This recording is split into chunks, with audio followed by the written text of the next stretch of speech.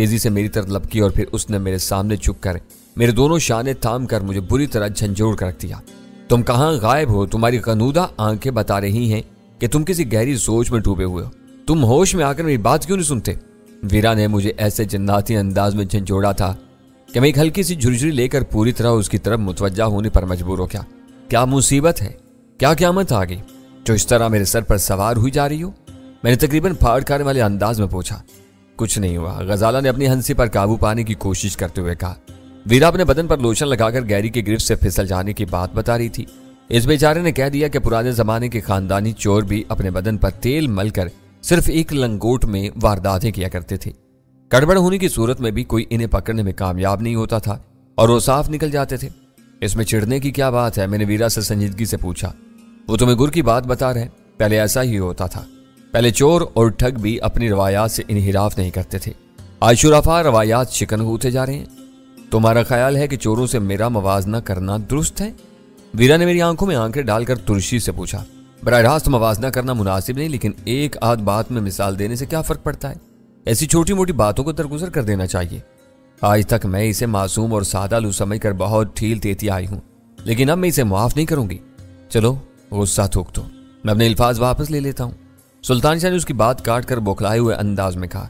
کیوں؟ اب اس میں ایسی کیا خرابی پیدا ہو گئی ہے کہ اس کی طرف سے تمہارا دل سخت ہو گیا ہے؟ میں نے سلطان شاہ کے معذرتی فکروں کو نظر انداز کر کے ویرا سے پوچھا۔ اب مجھے معلوم ہو گیا کہ یہ کتنے پانی میں ہے۔ نیو خان ہوٹل والے سے فون پر اس کی باتیں سن کر میں ہکا بکا رہ گئی تھی۔ مجھے اپنے کانوں پر یقین نہیں آ رہا تھا کہ یہ اندر سے اتنا بدمعاش ہو سکتا ہے۔ تم نے پھر وہ بات نکالی؟ سلطان شاہ نے ایک مرتبہ پھر ویرا کی بات اڑا دی۔ میں اپنے الفاظ واپس لے چکا ہوں نا۔ ویرا نے مڑ کر سلطان شاہ سے پشتو میں کچھ کہا جو میرے پلے نہیں پڑ سکا، لیکن سلطان شاہ کے چہرے کا رنگ اڑ گیا۔ وہ ویرا سے نظریں چار کرنے کے بجائے سٹپٹائے ہوئے انداز میں ادھر ادھر دیکھ رہا تھا۔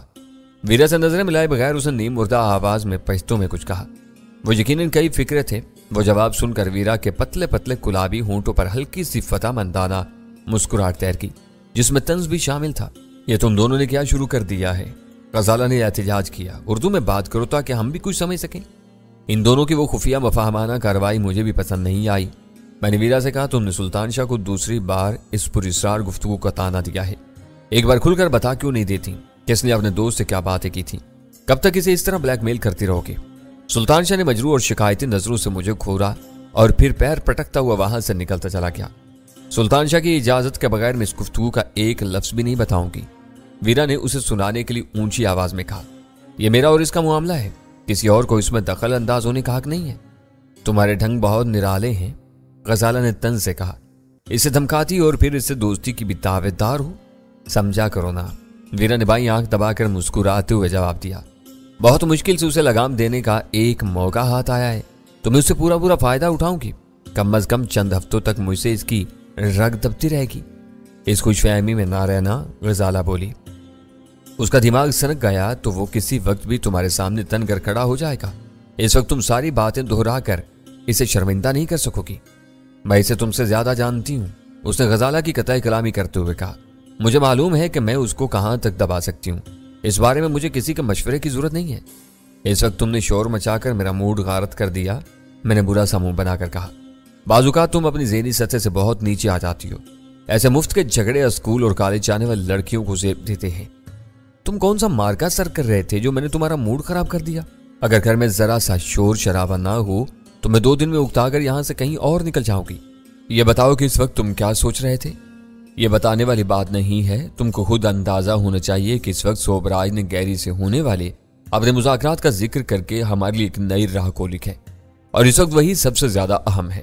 سوبراج؟ اس نے حقارت سے کہا۔ اس وقت وہ کسی خارج زدہ پلے کی طرح پائپوں اور گندی نالیوں میں چھپتا پھر رہا ہے، اور تم اس کی باتوں کو لیے بیٹھے ہو۔ اس کی باتوں پر غور کرنے کے لیے بھی بہت وقت پڑا ہوا ہے۔ گیری وہاں آیا تو کل دوپہر کو آئے گا، ابھی پوری رات اور کل کا آدھا دن باقی ہے۔ ابھی تم خود ہی سوئمنگ کاسٹیوم میں فرینچ بیچ پر سن بات لینے کا پروگرام بنا رہی تھی، اور اب کچھ اور کہہ رہی ہو۔ غزالہ نے اس پر چوٹ کی۔ میں تفریح کے خیال سے خوش ہو رہی تھی۔ ویرا ڈٹائی کے ساتھ اپنے موقف پر اڑی رہی۔ کاموں میں الجھ کر ہم سب مشینی روبوٹ بن کر رہ گئے ہیں۔ ایسا معلوم ہوتا ہے جیسے زندگی کی تفریحات ہمارے لیے شجر ممنوع بن گئی ہوں۔ گیری کے دیدار کے بہانے اگر ہمیں شفاف ساحل پر کچھ وقت سکون سے گزارنے کا موقع مل جائے تو کیا برا ہے؟ یہ خیال اپنے ذہن سے نکال دو۔ میں نے اپنی بات دہرائی۔